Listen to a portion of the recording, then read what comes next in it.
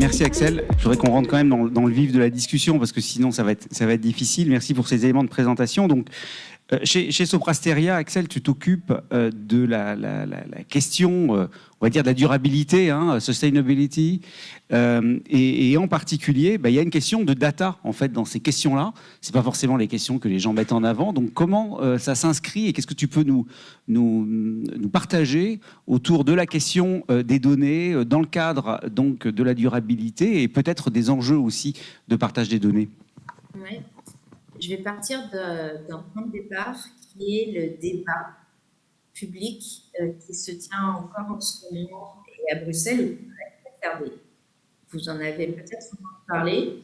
C'est la Corporate Sustainability Directive, directive européenne, qui pose des objectifs transparents aux entreprises d'une certaine taille en leur demandant de faire du reporting, notamment sur leurs objectifs de décarbonation, mais aussi plus simplement sur des enjeux bio.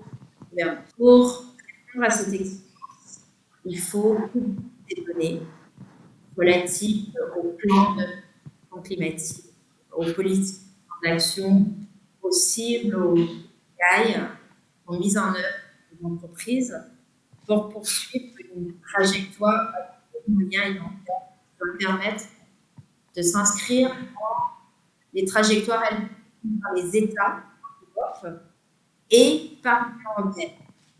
Et si vous suivez l'actualité, justement, l'Europe est en train de discuter de la création de nouveaux objectifs en matière de réponse. Et pour faire ça, il y a la data. Et il faut la data qui soit qualifiée, représentative, c'est-à-dire de la qualité économique de l'entreprise. Et c'est au fond un prétexte à l'action. Parce que, comme tout bon ingénieur de fait, avant d'agir, il faut mesurer. La data permet cette mesure.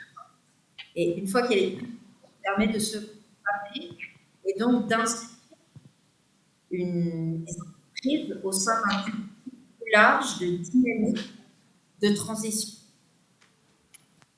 En année 1, on a fait un premier rapport de durabilité et grâce à ce rapport, maintenant, on peut se comparer par rapport aux autres entreprises et notamment celles du secteur où on est en termes d'émissions carbone, celles liées au transport, celles liées à la et celles liées à la énergétique, au bâtiment, etc.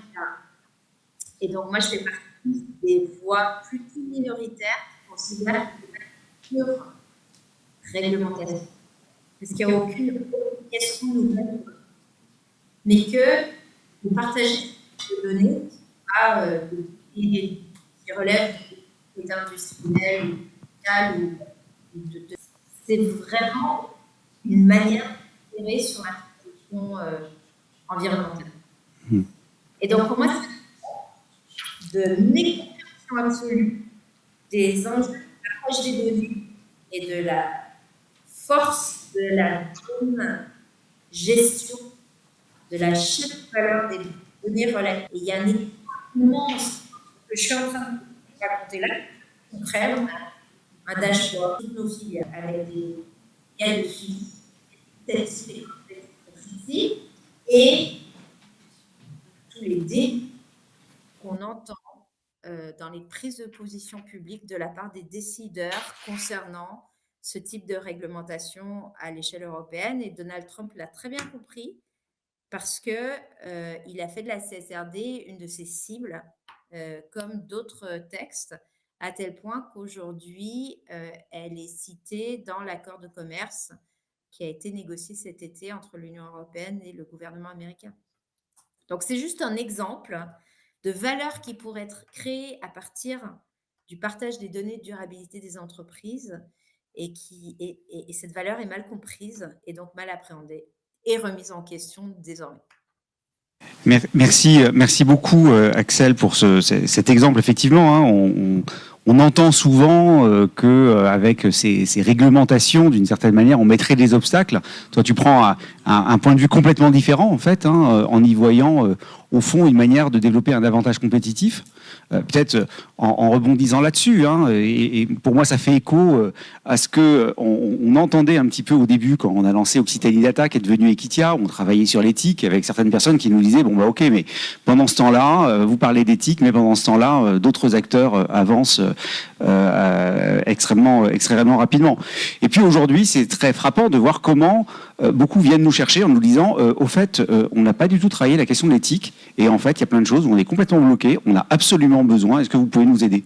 Et je pense que ce que tu as évoqué peut-être sur ces données est un petit peu du même ordre au fond. Et si je comprends bien ce que tu dis, l'idée c'est de faire de ces réglementations un avantage compétitif, c'est-à-dire de s'organiser pour pouvoir justement mesurer quel est notre impact au fond environnemental, hein, puisque c'est ça dont on parle au fond, hein, et vis-à-vis des différents objectifs du développement durable, parce que finalement cette question-là, on ne va pas pouvoir l'évacuer. Enfin, sauf à croire, comme certains malheureusement, que la transformation climatique n'existe pas. Je pense qu'on en a quelques grands exemples. Oui, effectivement. Hier, Donald Trump le disait à la tribune de l'ONU que c'était la plus grande arnaque. Bah, malheureusement, voilà, la science, elle est là pour dire exactement l'inverse, malheureusement, et des phénomènes, on les vit. Et la question, c'est effectivement peut-être pas de repousser éternellement toute la prise en compte en fait de cette question de la durabilité et de le faire à toutes les échelles. Et c'est ce à quoi tu contribues, j'entends, dans le cadre de Soprasteria. Maintenant, moi, j'ai envie de te poser quand même une question, c'est que derrière les différentes données qui sont partagées, ou plus précisément qui sont utilisées pour créer l'information qui va être partagée, il y a évidemment des données, et je crois que tu l'as un petit peu évoqué, on l'a évoqué quand on a préparé cet échange, qui peuvent faire l'objet, au fond, d'une sensibilité particulière, relever d'un secret industriel, par exemple, et de choses comme ça. Comment est-ce que tu identifies des obstacles là-dessus et je suis évidemment tenté, parce que c'est une thématique qu'on vient d'aborder tout à l'heure dans une table ronde, de faire le lien avec les espaces communs de données, les data spaces. Est-ce que c'est quelque chose déjà que tu vois dans ton cadre? Et sinon, je continuerai à partir de ta réponse. En tout cas, j'en vois toute l'utilité et la nécessité à l'heure actuelle.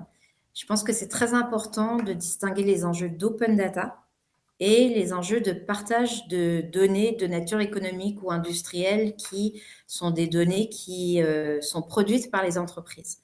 D'abord, l'open data, on parle des données qui sont produites par les acteurs publics, par les administrations et par les collectivités locales. Et pour moi, quand on parle d'open data, on se positionne sur des enjeux essentiellement de transparence de l'information et au fond de démocratie. Et toujours par rapport à l'actualité américaine, on voit bien à quel point, lorsque la science est attaquée, c'est l'accès aux données scientifiques qui l'est tout autant. Et qu'il y a des initiatives pour cette raison de créer des îlots de protection des données scientifiques qui sont absolument essentiels pour mieux comprendre et donc maîtriser les phénomènes liés au changement climatique et à l'environnement et la biodiversité de manière générale. Donc, ça, c'est l'open data. Et l'open data, c'est un enjeu de transparence et d'appropriation citoyenne des informations qui sont produites par les administrations, mais qui n'appartiennent pas aux administrations. Et la loi que j'ai portée à ce sujet, elle fixe un cadre, elle donne aussi des exceptions. Et parmi ces exceptions, il y a bien sûr la protection des données personnelles, mais il y a aussi des enjeux de sécurité et il y a des enjeux de protection des secrets industriels. Ça, c'est l'open data et je crois qu'il ne faut pas la remettre en cause au nom des impératifs de souveraineté ou en tout cas d'autonomie stratégique. Aujourd'hui, si les géants technologiques ont besoin d'accès aux données, ils ont besoin d'accès aux données personnelles et ils ont besoin d'accès aux données industrielles. L'open data derrière, ça va aider à alimenter des modèles, c'est la brique de base, mais la valeur économique créée par leur très grande maîtrise des données et leur capacité à les capturer, elle ne vient pas de l'open data. En revanche, est-ce qu'il y a un enjeu de réussir à sécuriser les processus et les outils de partage de données industrielles? Oui, tout à fait. Et plus encore aujourd'hui qu'hier, du fait justement des enjeux géostratégiques. Donc, moi, je trouve qu'on devrait accélérer sur la capacité des entreprises, tous secteurs confondus, mais beaucoup dans la mobilité, dans le transport, dans l'énergie, dans la défense, dans la santé, dans l'éducation, à créer des alliances qui permettent de partager dans un environnement maîtrisé et sécurisé des données à partir desquelles on crée une valeur nouvelle. Et s'il fallait une V2 de la loi pour une république numérique, je pense que ça serait de donner un cadre mieux défini. Donner un cadre, ça ne veut pas dire réguler et donc contraindre. Donner un cadre, ça veut dire donner de la prévisibilité et donc encourager et stimuler, y compris l'innovation, pour permettre un partage de données dans des environnements de confiance qui soient moins compliqués qu'aujourd'hui. Est-ce que j'ai répondu à ta question? Oui, tu es même allé au-delà, puisque tu as même répondu à la question d'après que je voulais te poser. Donc, effectivement, comme quoi on ne devrait pas trop préparer, parce que tu as anticipé mes questions. Et je voulais effectivement te poser la question, au fond, est-ce qu'il faudrait une nouvelle étape législative? Tu y as un peu répondu. En étant d'ailleurs un peu ironique, parce qu'en ce moment, une nouvelle étape législative, on ne sait pas très bien comment elle se passerait. Mais en tout cas, c'est intéressant merci pour ta réponse anticipée, on va dire, à cette question. C'est-à-dire que ça passerait avec une grande consultation citoyenne, transparente, dès l'amont de la préparation d'un texte qui impliquerait les citoyens et de manière transverse la totalité des ministères impliqués et qui vivrait dans les territoires jusqu'à aboutir à un contenu qui soit adopté à l'unanimité. Pourquoi tu poses cette question ? C'est excellent, non, mais excellente suggestion, tu as tout à fait raison, effectivement. Une initiative citoyenne autour de cela. On a beaucoup parlé depuis ce matin de la question aussi de l'appropriation citoyenne, de tous ces enjeux, évidemment. C'était au cœur d'ailleurs de la loi pour une république numérique. Son simple nom de république, effectivement, il fait allusion. Et en effet, une des interventions qu'il y a eu tout à l'heure que j'ai trouvé tout à fait intéressant, c'est quelle est la place des citoyens, par exemple, dans les espaces communs de données, dans les data space. Comment on fait pour que ça ne soit pas que des groupes, on va dire, de sachants et de détenteurs des données qui travaillent ensemble, mais qu'on soit dans cette capacité qui est portée depuis longtemps, en fait, notamment par les promoteurs de l'open data, au fond, d'avoir quelque chose qui implique la citoyenneté. Et ça, je crois que c'est en effet un des gros enjeux. Certains acteurs y travaillent aujourd'hui sur certains data space. Dans le cadre d'Equitia, c'est une question d'ailleurs qu'on a mis, y compris dans la charte éthique. Peut-être c'est le moment de le dire. Quand on a construit la charte éthique des usages des données d'Equitia, on l'a faite en utilisant des scénarios de design fiction qu'on a testés auprès de citoyens. Et quand on parle de citoyens, on l'a testé auprès d'experts, mais on l'a traité aussi, on a testé, la charte auprès de personnes qui ne sont pas du tout des acteurs du numérique, qui sont des gens qui ont leur expérience personnelle, professionnelle, leur intérêt, leur désintérêt peut-être, leur appétence, leur crainte. Et ça, je crois que c'est quelque chose de fondamental. Et on fait évoluer régulièrement notre charte autour de ça. Je crois que c'est effectivement un des enjeux, si on veut avancer sur ces questions-là, notamment dans un moment où la défiance à travers le monde est très très forte. Tu l'as évoqué à travers malheureusement toute la désinformation au fond qui est faite, jusqu'à la désinformation vis-à-vis des résultats de la science, qui est extrêmement grave. Et c'est vrai qu'on a besoin de construire ces dispositifs d'association des citoyens, comme tu l'évoques, pour pouvoir mettre en place des choses d'abord qui soient acceptables, pertinentes, utilisables et utiles pour les citoyens. Comment tu sais, oui.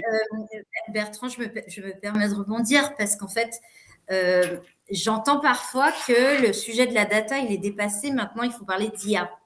Déjà, c'est un contresens. Nous, on a fait une journée data et IA aujourd'hui, comme ça, au moins. Il n'y a pas d'IA sans data, et je pense qu'au contraire, quand on aborde les enjeux autour de l'IA, il ne faut jamais perdre de vue la ressource data, parce qu'en fait, c'est ça dont les acteurs du monde de l'IA ont besoin, et ce qui bloquera peut-être un jour les géants de la tech qui investissent massivement dans l'IA, ce n'est pas les capacités infinies d'investissement, c'est l'accès à de la donnée véridique, représentative, authentique, et en fait, d'où cet enjeu plus important que jamais de réussir à produire et maîtriser des données de qualité et qui représentent aussi la diversité de la réalité du monde et de la société. Je pense que on parle beaucoup d'une bulle de l'IA. Est-ce que ça va péter à New York? Eh bien, à moyen terme, je pense qu'il y a, au fur et à mesure que les cas d'usage à l'échelle seront déployés, il y aura un risque de rejet de l'IA par les citoyens lorsqu'on comprendra après coup les dérives possibles et que, alors heureusement, on a l'IA Act en Europe. Donc là aussi, j'ai bien conscience d'être un peu minoritaire quand je dis heureusement et que je célèbre les réglementations. Mais très concrètement, comme sur la CSRD, je sors cet après-midi du comité de pilotage qui a été mis en place parce que c'est demandé par l'IA Act. Mais c'est un prétexte. C'est magnifique pour comprendre les processus internes à l'entreprise, pour comprendre la manière dont les go, no-go sur les projets sont donnés, et pour s'assurer que les impératifs liés au bon usage de l'IA soient bien mis en œuvre au cœur des projets. Donc en fait, tout ça, à la fin, je vais vous dire, on parle d'une part d'excellence opérationnelle, parce que ça permet de maîtriser ses processus, ses opérations, ses coûts, et donc quelque part aussi d'autonomie et de souveraineté. Et puis d'autre part, on parle derrière d'affirmation de valeurs qui sont fortes en Europe, plus partagées que ce qu'on peut penser, et qui aujourd'hui sont mises sous tension dans le contexte géopolitique que l'on connaît. Donc, en fait, on a plus que jamais besoin d'une régulation telle que celle-là. Beaucoup. Je crois qu'on arrive au bout de cet échange. Pardon pour les problèmes techniques qu'il y a eu dans la salle ici à Toulouse au début, mais en tout cas, c'était passionnant. Merci beaucoup, Axel. J'espère que l'an prochain, on te retrouve en chair et en os. Comme ça, il n'y aura pas de difficultés techniques et ça sera encore bien plus sympa. Merci beaucoup pour ton intervention. On t'applaudit. Et on va passer à la séquence suivante. À l'année prochaine.